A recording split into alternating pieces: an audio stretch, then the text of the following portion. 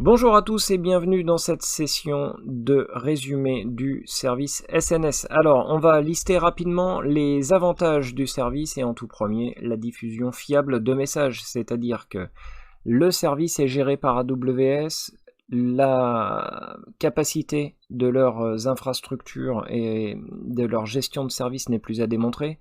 On a la durabilité qui est l'indicateur principal de la conservation des messages, la conservation de la donnée, est basée principalement sur la répartition des données, la réplication des données à plusieurs endroits pour pouvoir tolérer la perte d'une zone de disponibilité ou d'un serveur et ne pas impacter le service. Donc cette durabilité, elle est native, j'ai envie de dire, puisque tous les services, que ce soit Lambda, DynamoDB ou SNS ou SQS, tous ces services nativement gérés par AWS sont durables. Donc vous avez la possibilité de diffuser un nombre très très important sans vous inquiéter de la mise à l'échelle et également sans vous inquiéter de la perte de vos messages. Donc le dimensionnement automatique de votre charge de travail, la simplification de l'architecture. Alors pourquoi ?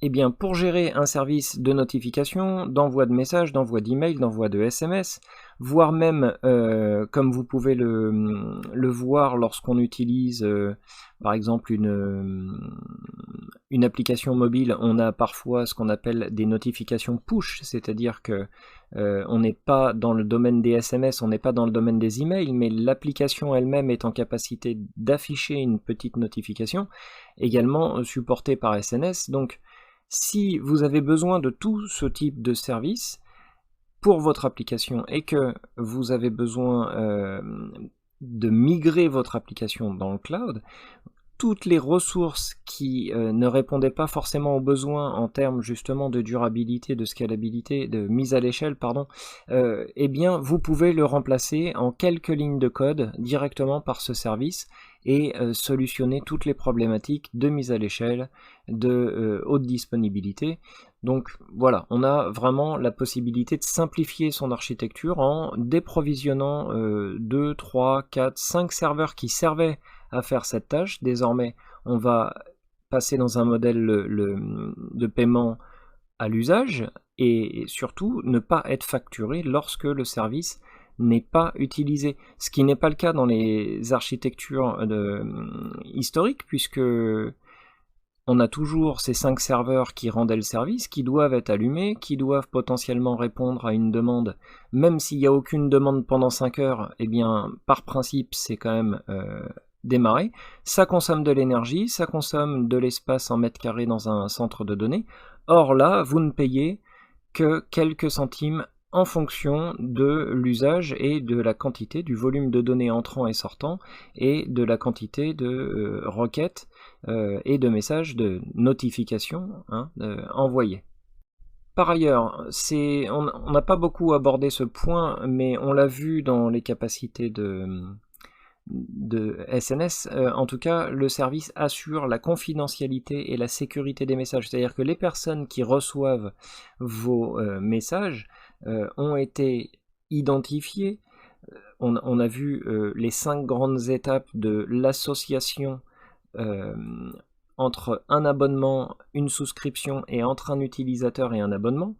Et on a vu que l'échange était lié à des certificats avec des jetons qui sont propres aux appareils et les données sont potentiellement chiffrables, on va le voir juste après, dans la liste des fonctions. Alors dans les fonctions, on a principale fonction du service SNS, source, destination des événements. Alors je prends du S3, je l'envoie vers des utilisateurs par email. Je prends du S3 encore, je l'envoie vers une fonction DynamoDB. Je prends du X, Y, Z, n'importe quel, comment dirais-je, événement, quelle que soit l'application, quel que soit l'environnement, si c'est pas capable d'accéder directement à SNS, à ce moment-là, on va utiliser du code, on va utiliser une fonction lambda qui, elle, pourra appeler SNS et ainsi de suite. Donc, tout ce qui est, je veux recevoir en entrée un certain type, un certain nombre de paramètres ou une certaine quantité de données particulières pour l'envoyer à destination d'un autre service ou d'un utilisateur de différentes façons, email, SMS, push, HTTP, on a vu toute la liste, eh bien SNS est le service qui va répondre à ces besoins.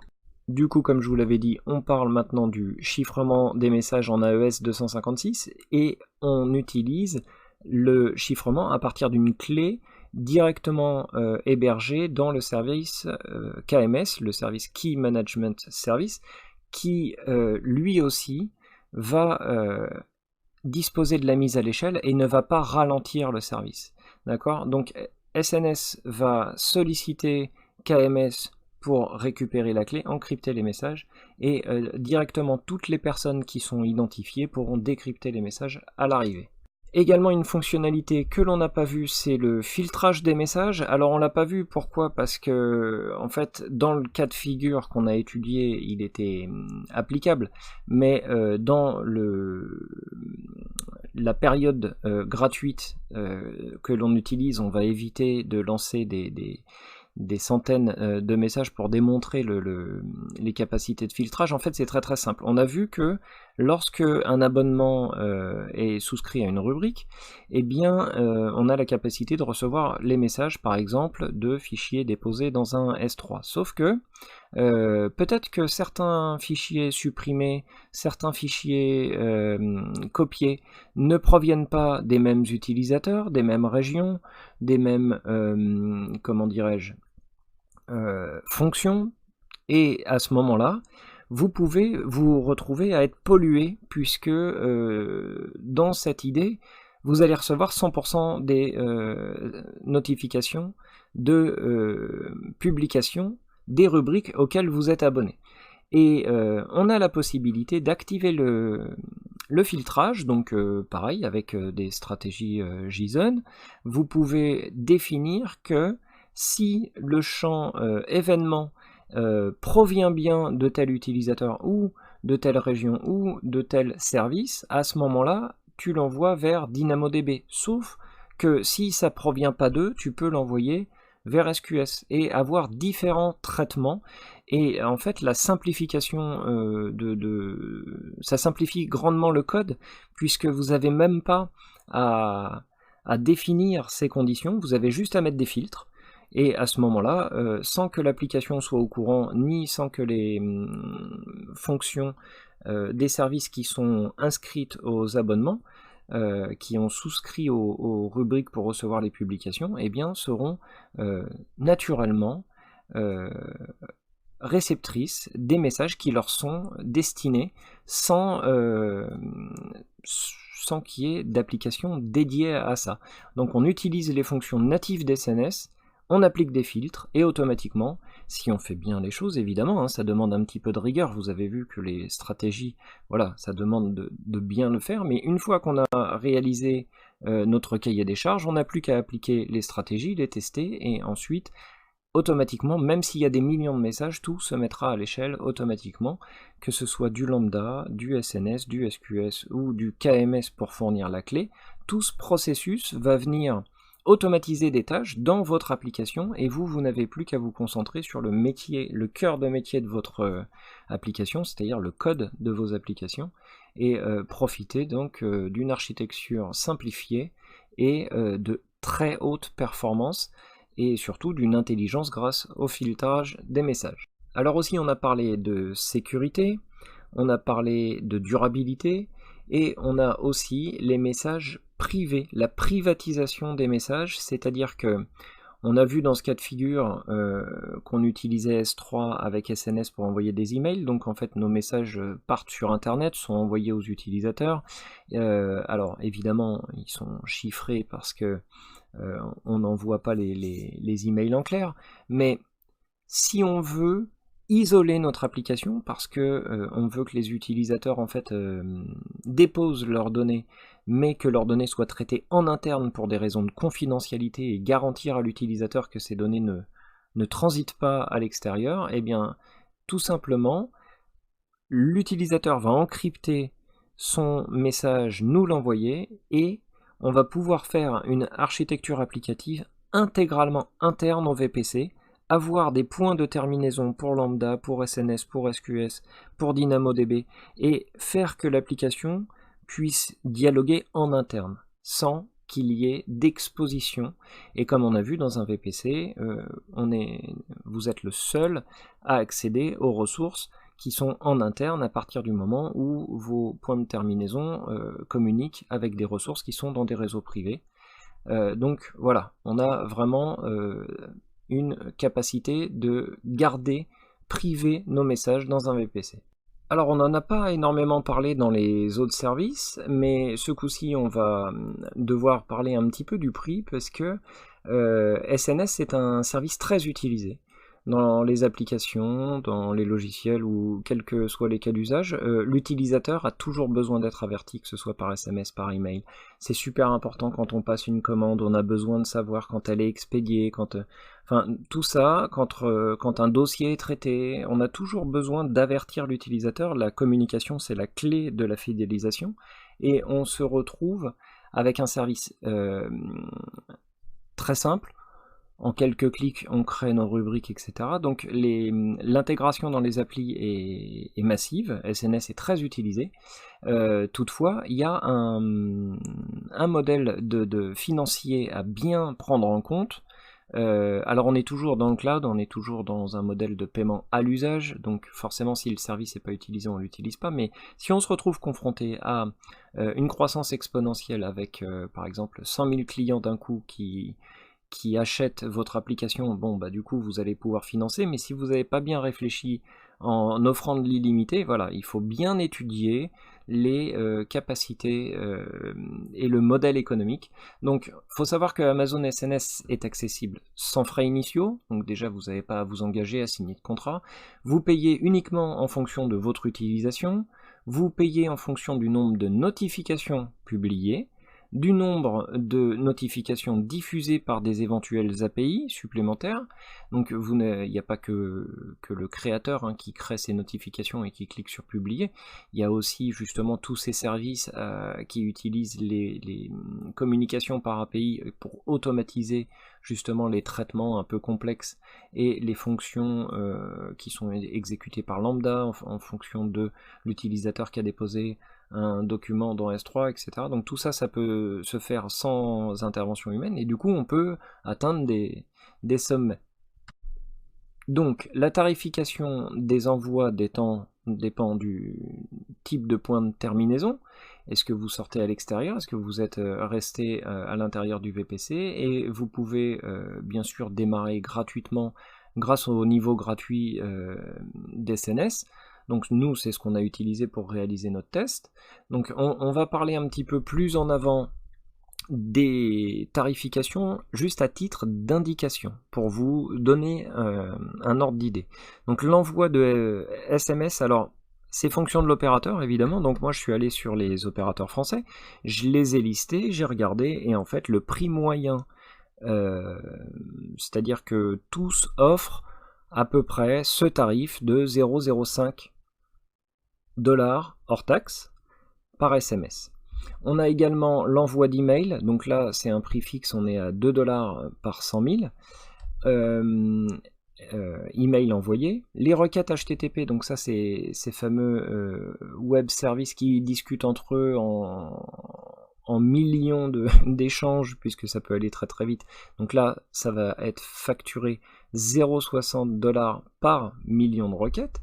Et le transfert de données sortantes de 0,09 $ par gigaoctet. Alors bien sûr on est dans le cloud, et dans le modèle AWS on est dans l'économie d'échelle. L'économie d'échelle, c'est Amazon achète beaucoup de serveurs, plus il y a de serveurs, plus les prix baissent, et du coup eux, ils vous ils impactent directement cette baisse sur vos tarifications. C'est-à-dire qu'au fil du temps, les services AWS baissent de prix. Les seules fois où les prix AWS augmentent, c'est parce que AWS n'est pas le seul intermédiaire et que l'intermédiaire, lui, a monté son prix. Par exemple, si demain un opérateur pour l'envoi de SMS double ses tarifs parce que tous les opérateurs ont doublé, à ce moment-là, Amazon sera impacté. Mais tout ce qui dépend uniquement du centre de données AWS, du cloud AWS, eh bien, est soumis à l'économie d'échelle. Et plus vous consommez de données dans S3, dans Dynamo, plus vous consommez de fonctions lambda, plus vous consommez, plus le prix baisse. Donc là, le prix que je vous ai donné, c'est entre, il me semble, 1 Tera et 10 Teraoctets de données sortantes. Si vous sortez 50 Teraoctets de données, vous allez payer moins cher. Si vous sortez 100 Tera, ce sera encore moins cher. Donc voilà, il y a des paliers. Alors après, c'est fonction des services, fonction de la nature, fonction des... Mais plus on augmente, et si par exemple vous avez 3 pétas de données à sortir, à ce moment-là, AWS va même dédier une partie de son service pour vous. Il suffit de les contacter. D'ailleurs, régulièrement, si vous parcourez tous les services dans les présentations des produits et services du site aws.com, vous allez vous rendre compte que si vous dépassez les seuils on va dire standards qui sont présentés dans les sections facturation, ils demandent toujours de vous contacter, de les contacter pour justement répondre à vos besoins personnellement. Ils vont vous fournir un architecte qui va venir étudier et qui va faire en sorte que les ressources soient provisionnées en fonction de vos besoins. Et c'est hyper important d'entretenir justement ce type de relation avec eux parce que voilà, ça fidélise, ça permet de se rendre compte qu'on n'est pas juste dans un cloud où on fait clic clic clic et puis c'est Amazon derrière. Il y a vraiment des architectes, des designers applicatifs qui peuvent vous prêter main forte, surtout si vous avez des grosses consommations, et donc les prix sont adaptés en fonction de la consommation, donc vous avez tout intérêt à entrer en contact avec eux. Donc voilà, on a fait le tour sur les tarifs. Donc ce que j'ai fait, c'est que j'ai fait une petite simulation pour vous donner un ordre d'idée. Pour une consommation de 20 millions de requêtes sur un mois, avec 10 millions de notifications en HTTP, donc là, vous voyez, j'ai pris des volumes assez importants. J'ai même pris des données entrantes et sortantes en disant 100 gigaoctets par mois, en disant que de toute façon, on va juste utiliser du texte, on va envoyer quelques caractères à chaque fois, donc on va consommer que très très peu de données.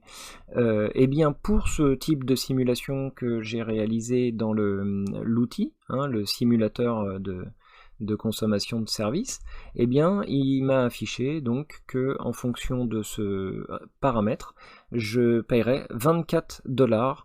Hors taxe, bien entendu, les tarifications sont soumises aux taxes, donc là ils sont hors taxe, et ça vous donne un ordre d'idée. En fonction, vous, de vos applications, vous allez pouvoir vous dire, bon bah voilà, j'estime mon transfert de données à temps, j'ai tant de requêtes et j'ai tant de notifications, et bien du coup vous allez pouvoir rapidement avoir une fourchette estimative de la tarification du service SNS. Voilà, on touche donc maintenant cette présentation de ce résumé est terminée. On touche à la fin, donc ce qu'on va faire, c'est qu'on va passer au service suivant. Pour ceux qui ont le temps, je vous dis à tout de suite, puis pour ceux qui n'ont pas le temps, comme d'habitude, je vous dis à très bientôt.